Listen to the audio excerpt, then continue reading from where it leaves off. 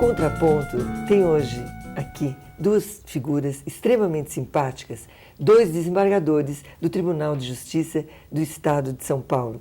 São eles Antônio Carlos Matias Coutro e José Reinaldo Peixoto de Souza. Desembargador Coutro, é um prazer tê-lo aqui no programa. O prazer é meu e agradeço o simpático. Desembargador, o senhor é um renomado especialista no direito de família. Pois bem, no conflito entre a paternidade biológica e a paternidade afetiva, qual é a sua posição? Bom, em primeiro lugar, quanto ao renomado, eu sou um grande curioso no direito de família, gosto muito. Quanto à questão do conflito entre a paternidade biológica e a socioafetiva, cada vez mais a socioafetividade vem ganhando importância no Brasil. E os tribunais têm dado muito relevo a isso. É lógico e evidente que não dá para a gente falar que sempre vai ter uma mais importância que a outra. Mas me parece que atualmente, pela moldura que vem sendo dada à socioafetividade, ela vai ser considerada e muito, cada vez mais. Bem, quanto ao senhor, desembargador, é uma honra tê-lo aqui também, viu? O prazer é todo meu. A honra é minha e dela não abro mão. Desembargador, no caso desse conflito que nós acabamos de falar, paternidade biológica versus paternidade afetiva, qual o senhor pensa que será a orientação a ser definitivamente adotada pelos tribunais? Acredito que o caminho realmente é prestigiar o vínculo socioafetivo. Até porque a paternidade biológica, ela pode resultar até de caso fortuito ou acidente de trabalho. Questão absolutamente irrelevante em determinadas circunstâncias. Continuando, desembargador, quando o senhor recebe um processo, estuda os autos a partir da sentença, do recurso ou desde a petição inicial?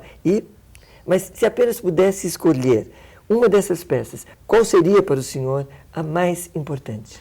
Primeiro eu vejo a sentença, depois eu vou examinar o resto. Se eu tivesse que escolher, seria a sentença. Na vida forense, desembargador, a concisão é uma virtude, ou seja, dizer sem os famosos e inúteis rodeios. Diga lá, o senhor tem tempo ou paciência, cá entre nós, para ler recursos de 50 laudas? Na minha formação profissional, eu tive um ilustre advogado, querido primo Ivan Meirelles, que me fazia ser conciso. E me fazia dizer, leia Jorge Americano, leia Jorge Americano. Períodos curtos, períodos curtos. Bom, esta, lamentavelmente, não é a realidade dos dias correntes, porque o computador é uma máquina perversa e ele permite o recorte e cola e temos hoje cartapácios, peças muito longas, difíceis de digerir, que no tempo que havia datilografia, o sujeito era obrigado a, pelo menos por meio de errar na datilografia, ou até para economizar dedo e fita, era obrigado a escrever menos. Hoje nós temos realmente recursos difíceis de ler. Aliás, um agravo de instrumento, com pedido de liminar, com 3 volumes... É demais. É uma sinalização clara de que não quer eliminar. Na sua experiência pessoal, desembargador, as sustentações orais têm sido capazes de influir mesmo quando o senhor é o relator do caso? Não tenho a menor dúvida, porque por vezes os advogados trazem argumentos que fazem com que o próprio relator, e isso já aconteceu comigo, retire o processo para reexaminar alguma consideração feita pelo advogado. E às vezes o voto volta com alteração naquilo que chamou a atenção. Então tem realmente influído. Funciona. Desembargador José Reinaldo, o senhor advogou intensamente antes de chegar ao tribunal. Na sua opinião, o que mais fundo influi na convicção do juiz? A boa redação das peças, a brevidade das alegações, a polidez da linguagem, o talento oratório ou a insistência do advogado, ou seja, os embargos auriculares? O que o senhor acha? Sabe o que eu acredito hoje? Numa boa exploração ou uma boa demonstração da prova. Porque o resto o juiz faz. Pois é, desembargador, o senhor teve na sua iniciação jurídica a excelente escola de um tio, saudoso advogado de Ribeirão Preto, o senhor Romeu Coutro. Dessa escola, qual foi o maior e o mais importante legado? Ser conciliador. Meu tio, acima de tudo, era um conciliador. Uma pessoa muito ética e justamente por ser ético demais, ele fazia questão de, em tudo que ele pudesse, conciliar. Eu guardo isso como uma coisa muito importante na minha vida pessoal e na minha vida profissional. Eu soube que na faculdade o senhor recebeu o curioso apelido de São Tomás de Aquino.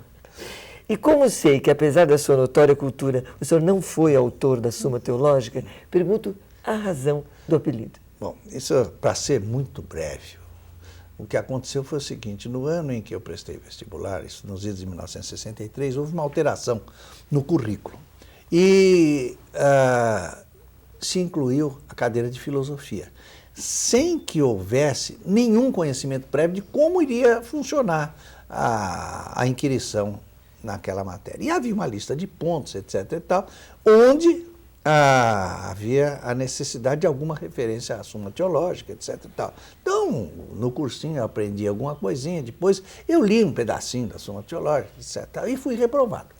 E fiquei muito revoltado. Disse, puxa vida, eu li até São Tomás de Aquino e tal. E a partir daí fui reprovado, a partir daí pegou, foram 5 anos.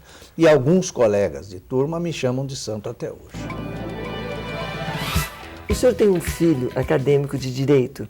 Gostaria que ele se tornasse um juiz ou pensa que de sacrifícios bastam aqueles que afligem o pai?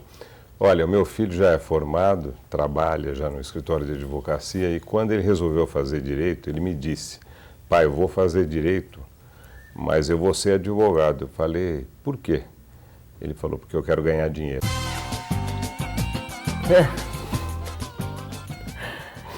Desembargador, o senhor é favorável a que a presidência do Tribunal de Justiça seja preenchida por um desembargador escolhido em eleição direta pela totalidade da magistratura?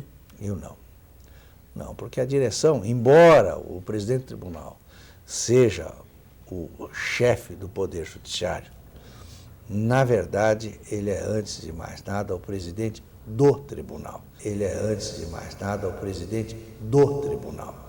Eu acredito que apenas os integrantes do tribunal devam elegê-lo. O fato de ser o dirigente do Poder Judiciário é uma consequência do cargo de presidente do Tribunal de Justiça.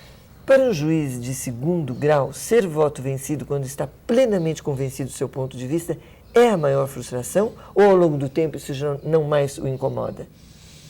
Bom, ser voto vencido reiteradamente em determinadas circunstâncias pode demonstrar uma certa obstinação. E aí eu posso estar convencido do meu ponto de vista e não quero dele abrir mão.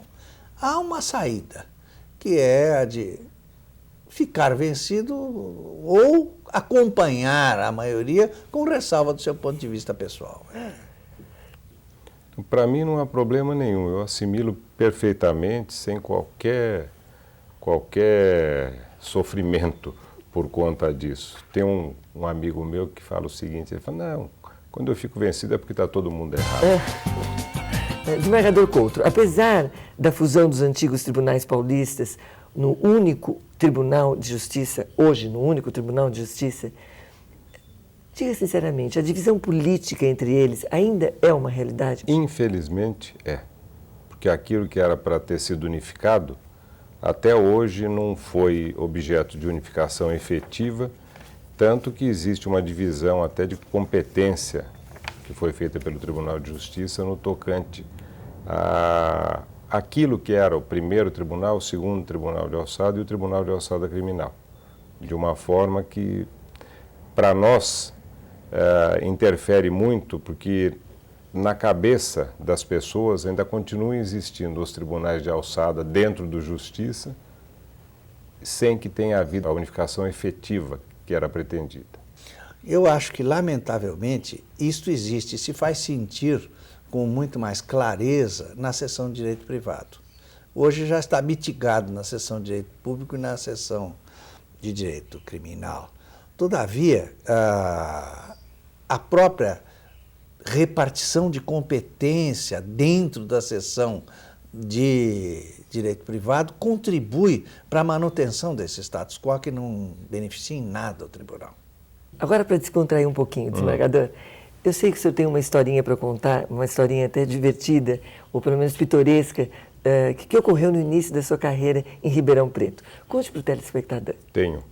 Eu era juiz substituto em Ribeirão Preto, numa audiência criminal, um advogado recém-formado também, um advogado muito tímido, como defensor. Naquela época o senhor era tímido, né? Não, ele. Ele? Não, eu sempre fui, sou até hoje. Ah, tá. Permaneço. E esse advogado, foi uma briga entre os dois réus, haviam brigado, e o advogado, na primeira testemunha que foi ouvida, perguntou para a testemunha e queria saber se ela conhecia os dois réus. E a testemunha falou que não, conhecia um só. Durante a audiência, o advogado, por 3 vezes, fez a pergunta novamente. E eu, com pena dele, pelo fato de ser recém-formado e tal, resolvi fazer a pergunta. Na última vez que ele perguntou, eu olhei para a testemunha e falei, o senhor ouviu o que ele falou? E a testemunha já tinha dito que não conhecia um dos réus. A testemunha se levantou, chegou até o réu, estendeu a mão, falou muito prazer, disse o nome dela, olhou para mim e falou, agora eu conheço. Daí eu perguntei para o advogado, o senhor quer insistir na questão? Ele falou, não, retiro. Ai, o senhor também tem uma historinha para nos contar, né? Eu me recordo de um professor, que aliás foi um eminente magistrado, que gostava muito de um aluno de direito civil e ele fez várias perguntas a esse aluno e o aluno não respondia, e tergiversava, falava, tentava sair do assunto. A certa altura, no meio do exame oral, ele dizia, não minta, seu fulano, não minta, não minta. Bem, desembargador, nós vamos parar alguns instantes agora e você continue aí, que daqui a pouquinho nós voltamos.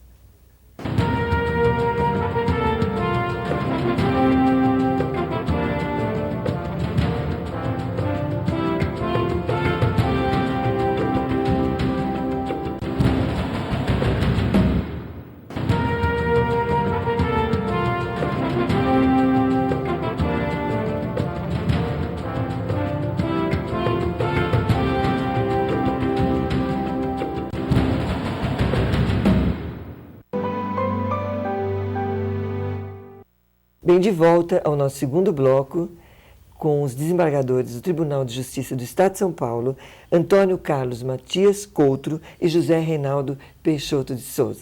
Muito bem, desembargador, continuemos a nossa conversa.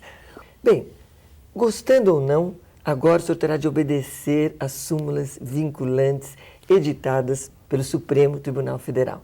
Isso é certo, desembargador, ou fere a independência da magistratura? Para mim não fere independência nenhuma. Aliás, o sistema judiciário norte-americano, onde existe a decisão com força de lei, não apresenta problema nenhum. E me parece, inclusive, que em função da litigiosidade incontida que há no Brasil, a súmula vai servir como um freio. A súmula vai servir como um freio. E esse freio é necessário. E o senhor está feliz com a súmula vinculante? Eu acho que a súmula vinculante é uma necessidade. Uma das coisas que não me assusta na súmula vinculante é exatamente isso que vai engessar a jurisprudência. Por quê? Porque o Supremo Tribunal Federal deverá ser extremamente parcimonioso na edição das súmulas vinculantes, de tal sorte que apenas em determinados assuntos onde seja aconselhável a eliminação em massa de feitos é que será aplicada a súmula vinculante. Vamos em frente, desembargador. O senhor é membro do Conselho Latino-Americano para a Prevenção do Delito e o Tratamento do Delinquente, se não me engano, das Nações Unidas, né? Um Instituto das Nações Unidas, ILANUD. Diga-nos, o que não pode jamais faltar no tratamento ao delinquente, desembargador? Eu acho que há uma preocupação com os problemas sociais que existem no país e que, na causa da criminalidade, eles têm uma importância muito grande. E essa preocupação não pode deixar de existir nunca. Por outro lado, desembargador, o que tem ocorrido de sobra para o permanente aperfeiçoamento do delinquente? O problema é duro. Na minha ótica, eu acho que o problema é de educação, em primeiro lugar. Porque a educação é a base de tudo. Através da educação, você impõe freios, você dá consciência cívica, você dirige o indivíduo para viver em sociedade. São as suas palavras. Confesso que se fosse médico e se paciente meu viesse a falecer, tenho certeza de que quem precisaria de um médico seria eu. Agora, apenas uma curiosidade entre nós aqui, o telespectador. O senhor era bom aluno na disciplina de medicina legal? Eu não tive medicina legal na faculdade. Não porque teve? eu tive que optar. Não, eu optei. Na época era matéria optativa e eu optei por direito agrário. Bom, nós já imaginávamos isso depois da sua declaração. Na PUC, o senhor tinha as aulas de medicina legal no final das manhãs. Isso não lhe tirava sono, não? Em primeiro lugar, as aulas eram muito boas. O nosso querido professor, que acabou de falecer agora com 96 anos, João Batista de Oliveira e Costa, Costinha, era extremamente rígido. Era um homem muito duro. E ninguém que não soubesse passava em medicina legal. Que ele dizia, sabe, sabe. Não sabe, pau, está no instrumento contundente. Até me lembro de um caso de um exame oral, de um indivíduo que não sabia nada, e ele fez uma pergunta.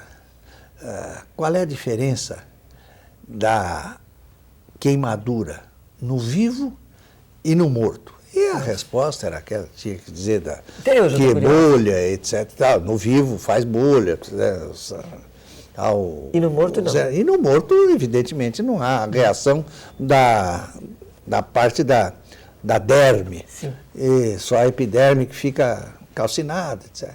Mas ele não sabia dizer e falou, Excelência, o vivo grita. No Brasil, desembargador, a questão do dano moral é recente, nós sabemos que é recente.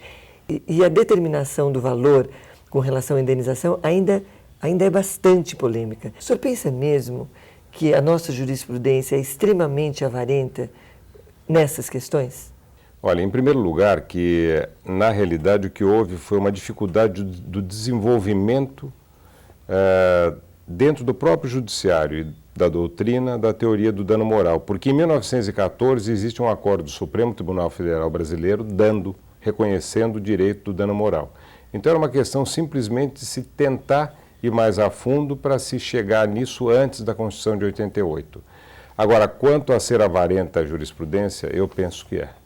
Eu acho que os valores que são fixados para fim de dano moral no Brasil ainda são muito baixos. Não que eu queira chegar naqueles que existem nos Estados Unidos, mas em relação ao que hoje é adotado, me parece baixo. Temos que, nesse sentido, caminhar bastante. Não tenho a menor dúvida. E na área societária, desembargador, a indenização moral vai bem ou vai mal? Eu acho que nós estamos ainda numa fase de aprendizado em matéria de indenização por dano moral. Quer dizer, existe já a tendência. O Superior Tribunal de Justiça, em última análise, nos diz: arbitrem com razoabilidade. Está dito. Então, não pode, a indenização por dano moral não pode ser um prêmio de loteria. Assim como não pode ser tão alta, eventualmente, que o ofensor não possa pagar. Ou que incentive novos delitos. Né? Exatamente. Pois é, desembargador, e pensando na evolução dos tempos, alguém já disse que de cabeça de juiz tudo pode sair. É isso mesmo? Olha, da cabeça de qualquer pessoa tudo pode sair. E ao mesmo tempo que pode sair alguma coisa estranha, pode sair alguma coisa maravilhosa também. E o que é que nunca pode sair da cabeça de um juiz? A negativa de solucionar o conflito que é posto à sua frente. Ele tem sempre a obrigação de decidir. Mal ou bem, tem de decidir. Pois é, desembargador, infelizmente o nosso tempo praticamente já está esgotado. E eu soube, minutos antes da gravação, que o senhor é um ótimo violonista. Então eu estou, assim, arrasada por não ter hoje aqui um violão para que o senhor pudesse tocar para o telespectador. Ótimo eu não sou. Eu gosto muito de música e gosto de tocar violão. E o senhor canta o quê? Ou cantava? Na época em que eu era mais jovem, eu gostava muito de country music. Hoje eu gosto de tudo. Olha o que nós perdemos hoje aqui, mas não faz mal. O senhor vai retornar ao programa um dia e tocará para o telespectador e para mim, que estou assim com muita vontade de ouvi-lo. Ah, muito obrigado, viu? Mas acho que vai perder tempo. Bem, desembargador, o nosso tempo, infelizmente, chegou ao fim. Mas eu gostaria de agradecer a sua presença ao Contraponto. Eu é que agradeço a oportunidade de estar aqui e ter esse momento tão agradável. E vocês puderam conferir, conforme eu disse, duas figuras muito simpáticas, dois desembargadores do Tribunal de Justiça do Estado de São Paulo, Antônio Carlos Matias Coutro e José Reinaldo Peixoto de Souza. Semana que vem tem mais. Até lá. Para mim, o tabaco. Droga. Em primeiro lugar, que a gente não precisa estar na primeira linha para poder comandar alguma coisa. Às vezes, inclusive, funciona mais estar por trás para poder conseguir chegar a algum lugar do que estar na frente.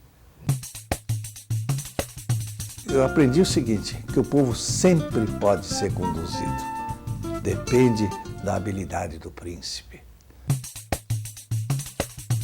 Subidas, porque cada vez que a gente consegue vencer mais uma subida, isso aí traz um acréscimo muito grande de conhecimento. E eu penso que a vida é conhecimento.